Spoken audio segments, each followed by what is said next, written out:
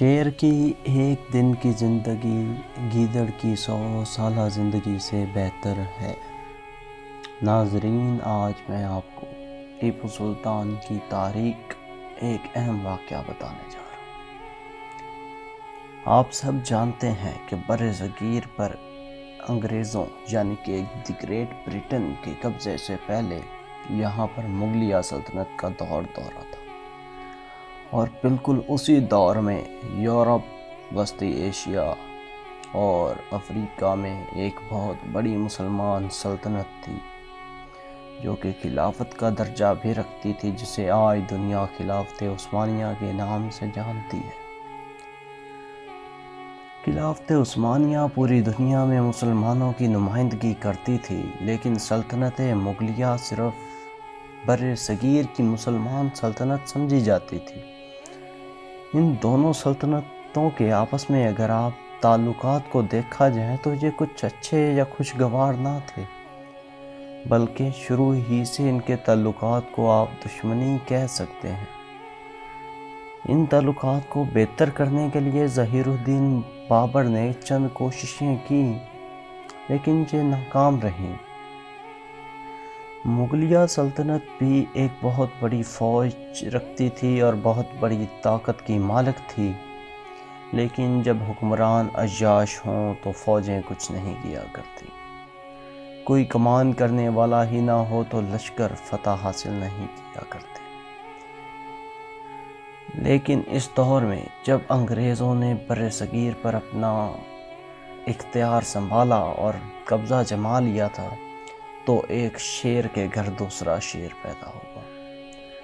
میں میسور کے سلطان حیدر علی خان کے گھر پیدا ہونے والے سلطان فتح علی خان، جن کو لوگ ٹیپو سلطان کے نام سے جانتے ہیں، ان کی بات کر رہا ہوں۔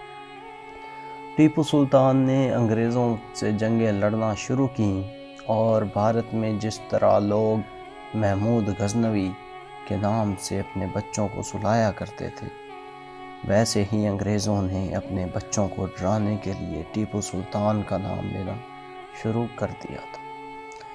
ٹیپو سلطان نے انگریزوں کو ہر محاذ پر دھول چٹائی اور ناکوں چنے چبوائے، لیکن وہ اتنی زیادہ طاقت نہیں رکھتے تھے کہ انگریزوں کو مکمل طور پر بے اختیار کر کے ہندوستان سے نکال باہر بھگائیں۔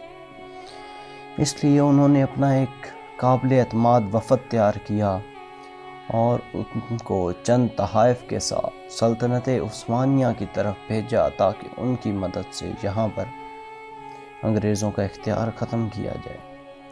اس وقت سلطنت عثمانیہ کے سلطان اور خلیفہ سلطان عبد الحمید خان اول تھے۔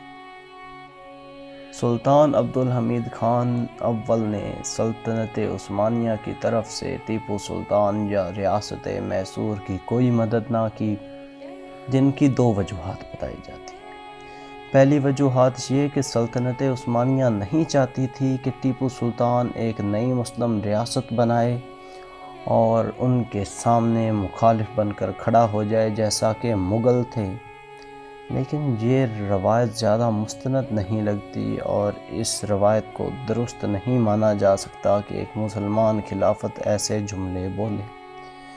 دوسری روایت میں یہ واقعہ کچھ یوں ہے کہ سلطنت عثمانیہ خود یورپ کے ساتھ جنگوں میں مشغول تھی اور عین ممکن تھا کہ وہ جنگیں ہار جاتی، اس لیے عثمانی خلیفہ سلطان عبد الحمید خان خود بھی دوسرے مسلمان سلاطین اور ریاستوں کو خط لکھ رہے تھے کہ وہ ان کی مدد کریں، اس لیے وہ ٹیپو سلطان کی مدد نہیں کر سکے۔ اور میسور کی جنگ میں جیسا کہ آپ سب جانتے ہیں کہ ٹیپو سلطان کو اپنوں کی غداری کی وجہ سے شکست ہوئی، اور اس دن یہ شیر اس جنگ میں دم توڑ گیا اور شہید ہو گئے۔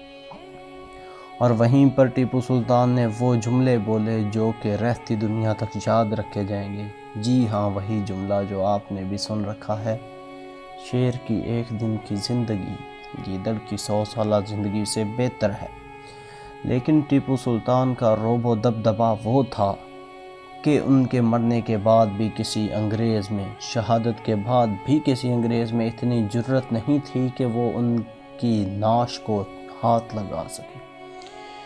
ٹیپو سلطان ہماری ہی طرح جذبہ ایمانی سے سرشار ایک عام انسان تھے، جن میں جذبہ دین کمال تک پہنچ چکا تھا، اور خدا نے ان کی نصرت کی تھی اور انگریز ان سے اس قدر ڈرتے تھے۔ ہماری خدا تعالیٰ سے دعا ہے کہ آج پھر ٹیپو سلطان پیدا ہوں، آج پھر ظہیر الدین بابر پیدا ہوں، تاکہ مسلمان اپنے عروج تک جا سکیں۔